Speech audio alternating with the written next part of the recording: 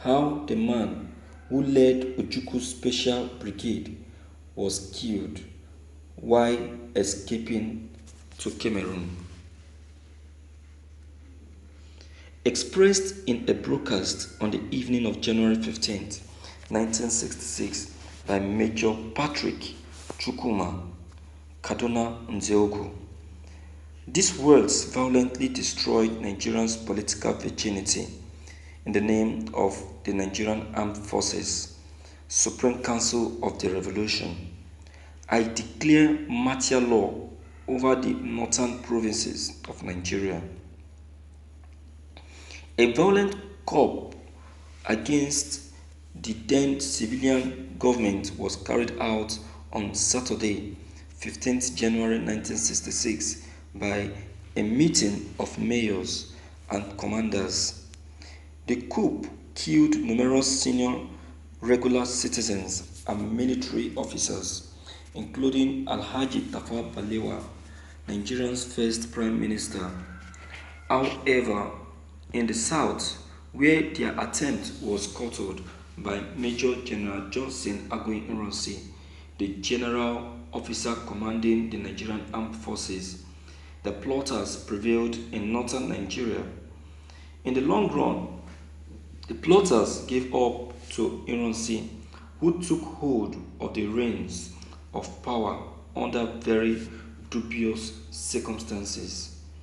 Chukwuma Nzeogo, Emmanuel Arenze, Ifejuna, Christian Aniforo, Adewale Ademoyege, Humphrey Chukwuka, Donatus Okafor, Timothy Tuegu, Captains Ben Bulie, Emmanuel Mwoboshi, and Oji were among the people who led the coup. Major Timothy Tuegu personally directed Ademulegun home to a unit of officers. Tuegu made his way to the brigadier bed where he lay beside his wife. Ademulegun screamed at him after seeing Tuegu go into the room. Timothy, what the devil do you think you are doing? Ademulegun was informed by Tuegu that he was under arrest. Ademulegun reached for a drawer next to his bed, and as he had did, Tuegu shot Ademulegun's wife, who lay beside him, dead in his bed. Colonel Ralph Shedende, leader, was executed, but how he died is muddled. His wife reported that a few police, including Major Nzeogu and Major Tuegu, had shot him. Different documents were saying that a grenade had been hurled at him. It is not clear if Nzeogu was connected with the death of Shedende because he was possibly pre-involved with the killings of Ahmadu Bello at the time. Most documents keep Tuegu's responsible for Shodende's death. The same Tuegu who, along with his wife, shot both Shodende and Ademulegun, kidnapped but did not hurt Kashin Ibrahim, governor of the northern region.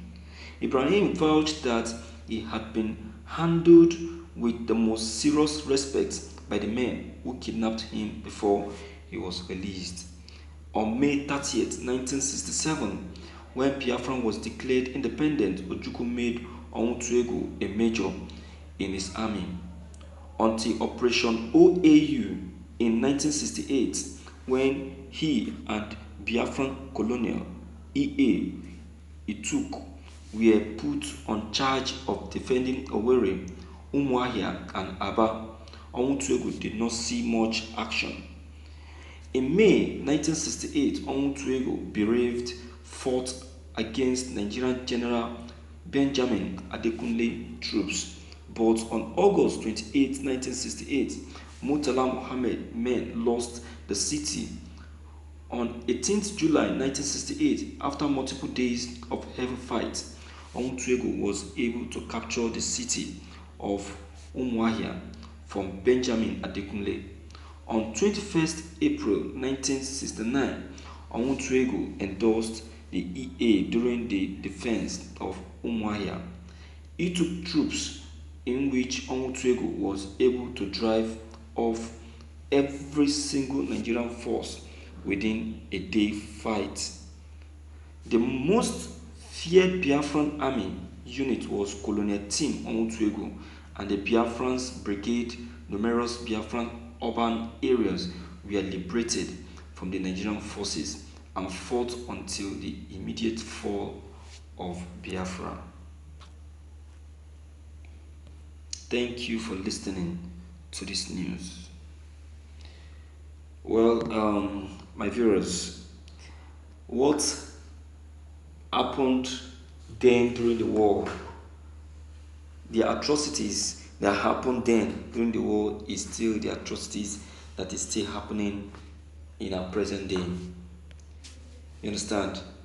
Where you see a fellow soldier, or a fellow army officer betraying his brother soldier, and that is why in the Nigerian army, one of the very slogan that must be maintained is blood is don't love you don't trust your fellow soldier. Yes, is one of the very strong slogan, because that's one you call your colleague might kill you at the war front.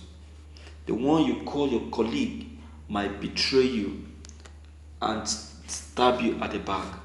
So you better be careful. You can see even the one that Ojukwu placed all trust upon could go this far in committing this kind of atrocity. You can see, and it's still happening. It's still happening even in our present day Nigerian army force. You understand? So that is the main reason why our Nigerian army, sometimes you see that many of them kill themselves brutally and commit all sorts of atrocities. You understand? So I am not surprised. Ojukwu on his own have really tried. In fact, he tried in leading the army.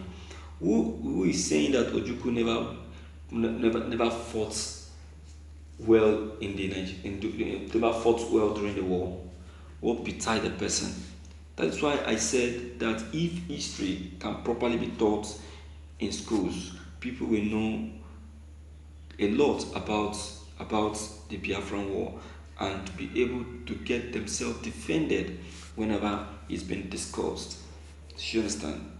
But be that as it may, no matter how they try to scrap history, people will still be forced to go into research and get facts concerning the war. Am I not the one broadcasting on it? How did I got to know about it? Was I taught history in the university or in secondary school? No. But out of curiosity, I decided to go in depth and make my research, and now I'm broadcasting it. Now, to my viewers out there, it is your opportunity to get yourself enlightened. Get yourself linked to this channel and get enlightened on political news, informations that will help you grow and make you informed and not deformed. Alright? So please don't hesitate to leave your comments below the comment box. Click on the subscription button as well as the bell button to get updated whenever we upload any new videos. Thank you.